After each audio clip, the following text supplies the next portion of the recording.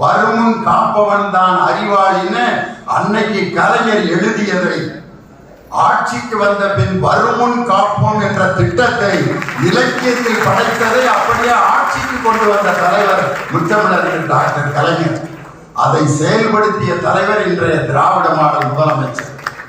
கோயம்புத்தூர்ல கொரோனா நோயால் பாதிக்கப்பட்டு மக்கள் மருத்துவமனையில் அனுமதிக்கப்பட்டிருந்த நேரத்தில் அந்த நோயாளிகளை நான் பார்க்க போறேங்கிறார் முதலமைச்சர். டாக்டர்கள்லாம் வேணாம் வேணாம் வேணாம் போவேனா, உங்களுக்கு வயசு 70 நெருங்கிட்டீங்க, அதனால நீங்க போவேனா, உங்களுக்கு ஒட்டுறதுக்கு வாய்ப்பு இருக்கு, வேணாம் தலைவரே, நீங்க எல்லாம் போய் சிகிச்சை கொடுக்குறீங்களே அப்படின்னு கேட்கிறாரு டாக்டர்.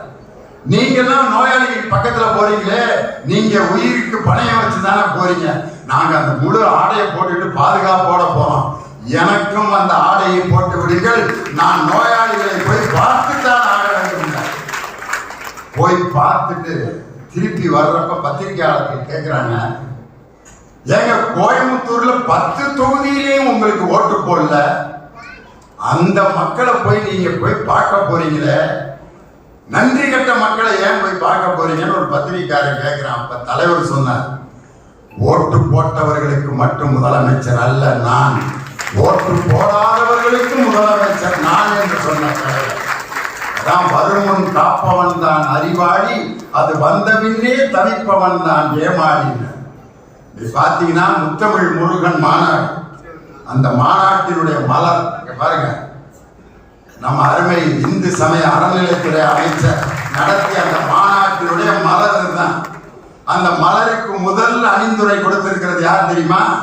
தமிழகத்தினுடைய முதலமைச்சர் மு.க. ஸ்டாலின் அவர்கள். இரண்டாவது அணிந்துரை நமது துணை முதலமைச்சர் அருமை தம்பி உதயநிதி ஸ்டாலின். இதுல யாரெல்லாம் கட்டுரைகள் எழுதியிருக்காங்கன்னா, அமெரிக்காவை சேர்ந்த முருக பக்தர்கள், கனடாவை சேர்ந்த முருக பக்தர்கள், மலேசியாவை சேர்ந்த முருக பக்தர்கள் எல்லாம் முருகனுடைய அந்த வழிபாடு எப்படி தொன்மையானது என்பதற்கு பல நூற்றுக்கணக்கான கட்டுரைகள் இதில் அடங்கி இருக்கிறது. முருகன் சம்பந்தப்பட்ட அந்த முக்கியமான அறிஞர்களுடைய பெயரால் விருதுகள் கொடுக்கப்பட்டிருக்கிறது. பாம்பன் சுவாமி விருதுகள் ஒரு அறிஞருக்கு, அதே மாதிரி போகர் சித்தருடைய பெயரால் நம்ம மருத்துவர் சிவராமனுக்கு விருது. இதுதான் உண்மையான முருகனுடைய மாநாடு. இந்த மாநாட்டிலே அணிந்துரையில நம்ம தலைவர் சொல்லியிருக்காரு, அந்த தண்டாயுதபாணி சாமி திருக்கோயிலில் அதன் சார்பாக இருக்கின்ற அனைத்து பள்ளிகளிலும் கல்வி நிறுவனங்களிலும் 4000 மாணவர்களுக்கு தினமும் காலை சிற்றுண்டி இலவசமாக நம் இந்து சமய அறநிலைத்துறை அமைச்சர் வழங்கி கொண்டிருக்கிறார். அதுல 111 பேருக்கு கருணை அடிப்படையில் வேலை கொடுக்கப்பட்டிருக்கிறது. 1298 பேர் டெம்பரவரியா வேலை பார்த்தவங்களை நிரந்தர பணியாளர்களாக பழனி தண்டாயுதபாணி சாமி திருக்கோயில் பணியமர்த்தப்பட்டிருக்கிறார். அதே மாதிரி கிட்டத்தட்ட 697 கோடி ரூபாய் 6 படை வீடுகளுக்கும் அந்த நிதியை ஒதுக்கி 6 படை வீடுகளில் இருக்கக்கூடிய முருகன் கோயில்களை தரம் உயர்த்துவதற்கு நிதி ஒதுக்கியவர் நம் இந்து சமய அறநிலையத்துறை அமைச்சரும் நம் மாண்புமிகு தமிழக முதலமைச்சர் அவர்கள் தான். ஆனா முருகனை வச்சு ஓட்டு கேட்கணும்னு அந்த குரூப்பு பரப்பிச்சு. ஏற்கனவே 2021 வேல் யாத்திரை யார நடத்தினது தெரியுமா? அன்னைக்கு பாஜக தலைவராக இருந்தவர், அவர் பேர் முருகன். முருகனை திருத்தணி மலையில இருக்க முருகனுடைய வேலை எடுத்துக்கிட்டு திருத்தணியில இருந்து பாத யாத்திரை. எதுக்கு? முருகன் நம்மளை ஜெயிக்க வைப்பார். வெற்றிவேல் வீரவேல், வெற்றிவேல் வீரவேல். கொண்டு போறது யாரு? முருகன். அவர் பேர். வேண்டுதல் வச்சிருக்கிறது யாரு? முருகன் கடவுள்கிட்ட. தூக்கிட்டு போறது எது? வேல்கம்பு. தூக்கிட்டு போய் இங்க இருந்து நடந்து போய் முருகன் என்னை வெற்றி பெற வைப்பா அப்படின்னார். அந்த முருகன் தாராபுரம் தொகுதியில நம்முடைய அருமை சகோதரி கயல்விழி செல்வராஜ் அவர்களிடம் தோற்று போனார். அப்ப முருகன் வேல்கம்பை புடுங்குறப்பே நினைச்சிட்டார், என்கிட்ட இருந்த ஒரே ஆயுதம் நாங்க, அதையும் புடிட்டு கிளம்பிட்டாங்க, உங்களுக்கு நான் வைப்பேன் பாருங்க ஆப்பு, அப்ப நீங்க யாருன்னு தெரிஞ்சுக்குவீங்கன்ட்டு தலைவராக இருந்த முருகன் மட்டும் தோல்வி அடையல, அப்பொழுது புதிதாக கட்சியில் இணைந்த அண்ணாமலை அரவக்குறிச்சி தொகுதியிலும் மொஞ்சனூர் இளங்கோ என்ற ஒரு சாதாரண தொண்டனிடம் தோல்வியடைந்தார். அதுக்கப்புறம் முருகா எப்படியாவது எங்களை ஜெயிக்கவில்லை, ஆகா ஆகா. நீலகிரி தொகுதியில போய் நமது துணை பொதுச் செயலாளர் அருமை அண்ணன் ராசா அவர்களை எதிர்த்து நின்று அப்பையும் முருகன் தோந்து போனார். கோயம்புத்தூர்ல கணபதி ராஜ்குமார் என்ற நமது திராவிட முன்னேற்ற கழகத்தின் தோழருடன் தோல்வி அடைந்தவர் அண்ணாமலை பல தடவை முருகன் உங்களுக்கு ஆப்பு வச்சிருக்காரு. அதே முருகன் போய் 2026 திமுக தோற்கடிக்க வேண்டும் முருகா, திராவிடம் ஒழிய வேண்டும் முருகா முருகா, ஆகா ஆகா. முருகன் பார்க்கிறாரு, நானே திராவிட இயக்கத்துல முக்கியமான உறுப்பினர். ஒரு அம்மா தான் அழகா சொல்லிச்சு, அறுவடை நீர் கொண்ட திருமுருகான்ட்டு சீர்காழி கவுந்தராஜ் ஒரு பாட்டு பாடியிருப்பார். அந்த பாட்டுல திருப்பரங்குன்றத்தை பத்தி என்ன பாடினார்னா, குருநகை தெய்வானை மலரோடு வண்ண குலமகளாக வரும் நினைவோடு திருமண கோலம் கொண்ட ஒரு வீடு வண்ண திருப்பரங்குன்றம் என்னும் படை வீடு. தெய்வானைக்கு கல்யாணான இடம் தான் திருப்பரங்குன்றம். திருப்பரங்குன்றத்தில் நீ சிரித்தால் முருகா அப்படின்னு தான் எழுதியிருக்காங்களே முடிய. அமித்ஷா இங்க வந்து சொல்றாரியா, திருப்பரங்குன்றத்தை சிக்கந்தர் மலை என்று மாற்றியது திமுகங்கிறாரியா. என்னைக்காவது நம்மளோ அன்னை சேகர பாபுவோ சிக்கந்தர் மலைக்கு நான் போயிட்டு வரேன் போயிருக்காரு. அன்னைக்கு இந்து சமய அறநிலையத்துறை அமைச்சர் திருப்பரங்குன்றத்தில் அங்க இருக்கக்கூடிய அதிகாரிகளை சந்தித்து கோயில் திருப்பணிகளை பார்வையிட்டார்னா வருதை ஒழிய, சிக்கந்தர் மலை அப்படிங்கிற பேரை நம்ம மாத்தினோம்னு ஒரு உள்துறை அமைச்சர் அபாண்டமாக போடப்பட்ட பழி. இந்த பாட்டு திருப்பரங்குன்றத்தில் நீ சிரித்தால் முருகான்னு எழுதியிருக்காங்களே ஒழிய, சிக்கந்தர் மலை மீது நீ சிரித்தால் முருகா நாகூர் தர்காவிலே எதிரொலிக்கும் அப்படின்னா பாடினாங்க இல்ல. ஒரு மத கலவரத்தை உண்டு பண்ண வேண்டும் என்பதற்காக திட்டமிட்டு நடத்தப்பட்ட ஒரு மிகப்பெரிய கேவலமான ஒரு கூட்டம் தான் அந்த இந்து முன்னணி அவர்கள் நடத்திய அந்த கேவலமான அந்த கூட்டம். அந்த கூட்டத்தில் போய் அதிமுக குரூப் முன்னாள் வருவாய்த்துறை அமைச்சர் ராஜீவ் உதயகுமார், பால்வளத்துறை அமைச்சர் ராஜேந்திர பாலாஜி, செய்தி மக்கள் தொடர்புத்துறை அமைச்சர் கடம்பூர் ராஜு, எல்லாம்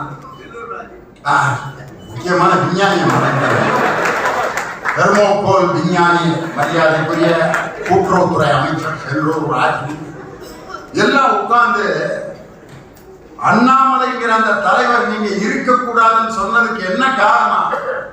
அண்ணாவை பற்றி தரக்குறைவாக பேசினார், உங்கள் முதலமைச்சரை பற்றி தரக்குறைவாக பேசினார், அதனால அவர் தலைவராக இருந்தா நாங்க கூட்டணி சேர மாட்டோம்னு சொன்ன அதே அண்ணாமலை மேடையில் உட்கார்ந்துருக்காரு. பக்கத்துல ரோசம் இல்லாம வெக்கம் இல்லாம பக்கத்துல கையை கட்டி உட்கார்ந்து கொண்டு அண்ணாவையும் பெரியாரையும் அவர்கள் கேவலமாக பேசுவதை பார்த்துவிட்டு ஒரு நாள் கழிச்சு வந்து ஒரு நாள் ஆச்சு ரோசம் வர்றது. ரோசம் இப்படியா வரணும், ரோசம் இப்படி வரணும். கொஞ்சம் வீட்டுக்கு கூப்பிடு பாப்பா உட்காரு, என்னடா கூப்பிடுறது உட்கார சொல்றேன், வாங்க வாங்க வாங்க உட்காருனாக்கா உட்காரு, வா உட்காரு சாப்பிட்டுப்பா அப்படின்னு உடனே என்ன சோத்துக்காக வந்திருக்கேன் நினைச்சியா, என்னடா ஆளு மோத ஒரு சோறு வேணா ஒரு விசேஷம் தான். இவன் தான் மனுஷன். அவனுடைய உணர்வு பாதிக்கப்படும் போது உடனே எவன் கொந்தளிக்கிறானா அவன் தான் என் மனுஷன். பெரியாரையும் அண்ணாவையும் அவர்கள் அதுவும் காது கேட்கலன்னா பரவாயில்ல, விஷுவலா காமிச்சிட்டு இருக்கான். எந்தவித சொரணையும் இல்லாமல் அமர்ந்திருக்கிறார்கள் என்று சொன்னால் இவர்கள் பதவிக்காக எதை வேண்டுமானாலும் இழப்பதற்கு தயாராக இருப்பார்கள் என்கிறத அந்த இடத்துல காட்டிட்டாங்களே. ஒரு கதை, ஒரு பெரிய மலையில ஒரு சாமி இருக்கு. அந்த சாமிய கீழே மலைக்கு கீழே கொண்டு வந்து மக்களுக்கு அருள்பாலிக்க கொண்டு வரணும். அப்ப அந்த மலைக்கு மேல இருக்க ஒரு ராஜா அவருக்கு கையால் நடக்க முடியாது, பைத்தியம் லேசா பைத்தியம் முடிச்ச ஒரு ராஜா. அந்த ராஜா சொல்றாரு, சாமியா நான் தான் தூக்கி வருவேன். வேணாம் ராஜா, உங்களுக்கு கையால் வரல, நீங்க நடந்து போறதுக்குள்ள ஜனங்களும் போயிடுவாங்க. வேணாம் ராஜா, சாமியா நான் தான் தூக்கி வருவேன். ராஜா ஒரே கலகம். ராஜாவுக்கு கால் இல்லை, நடக்க முடியாது, லைட்டா மெண்டல் வேற இருந்தாலும் ராஜா ரொம்ப ஆசைப்படுறாரு. சாமியை ராஜா கையில கொடுத்துட்டாங்க. நடக்க முடியாது, எப்படி ராஜா போவ? ஒரு கழுதையை கூப்பிடுறேன் அப்படின்னு எங்கேயோ ஒரு கழுதையை கூப்பிட்டு ராஜாவை தூக்கிட்டு உட்கார வச்சுட்டாங்க. ராஜா சாமியை தூக்கிட்டு வர்றாரு. வழி நெடுங்க ஜனங்கள்லாம் அப்படின்னு கும்பிடுவோம். கழுதை என்ன நினைச்சிச்சு, நம்மளைத்தான் எல்லாரும் கும்பிடுறாங்க அப்படின்ட்டு மண்டைய அப்படின்ட்டு சந்தோஷமா வருது கழுதை. ராஜா என்ன நினைச்சுக்கிட்டாரு, நம்மளை தான் கும்பிடுறாங்கிட்டு மேல இருக்கிற சாமியை வச்சுக்கிட்டு டக்கு டக்கு டக்குன்னு குதிக்க ஆரம்பிச்சாரு. கழுதையும் குதிக்க ஆரம்பிச்சிருச்சு, ராஜாவும் குதிக்க ஆரம்பிச்சு. மலையை விட்டு கீழே இறங்கணும்னு கழுதையும் கீழே விழுந்து, ராஜாவும் கீழே விழுந்து, சாமி சிலையும் சுக்கு நூறா நொறுங்கி போச்சு. இந்த 2026 பாஜக அதிமுக கூட்டணிக்கு நடக்க போறது இதுதான். அதுல கழுதை யார் தெரியுமா? அவர் பேரை சொல்லக்கூடாது, அதிமுக தான் அந்த கழுதை. அந்த பைத்தியம் பிடிச்ச ராஜா யாருன்னா பாஜக. வேற எந்த எதை சொல்லி ஓட்டு கேட்பது என்று தெரியாமல் ஒரு சாமி சிலையை தூக்கி கொண்டு அவர்கள் மக்களிடம் ஓட்டு பிச்சை ஏந்தி கொண்டிருக்கிறார்கள். இன்னைக்கு எங்க ஊர்ல ஒரு ஆள் இருக்கான், பையில பாத்தீங்கன்னா சிலுவை ஜெபமாலை வச்சிருப்பேன், விபூதி போடுறதுக்கு ராம கட்டி வச்சிருப்பேன், காவி ட்ரெஸ் வச்சிருப்பேன், இஸ்லாமியருடைய குல்லா 3 வச்சிருப்பேன். எதுக்குன்னா எந்த கோயில்ல பூஜை நடக்குதோ அந்த யூனிஃபார்ம் மாட்டிடுவேன். பெருமாள் கோயில்னா நல்லா பெருசு நடுத்தலையில இருந்து போட்டு வெங்கட்ராமா கோவிந்தா வெங்கட்ராமா கோவிந்தா சிற்ற காசை பொறிப்பு வந்துடுவாரு. அடுத்து சிவன் கோயில்ல பிரதோஷம்னா இப்படி அடிச்சிருக்கான், டக்குன்னு இதை அடிச்சுட்டு தப்புன்னு அடிச்சுட்டு தென்னாடுடைய சிவனே போற்றி என்னாற்கும் இறைவா போற்றி சித்தமெல்லாம் ஜனக்கு சிவமயமே செல்வாங்க.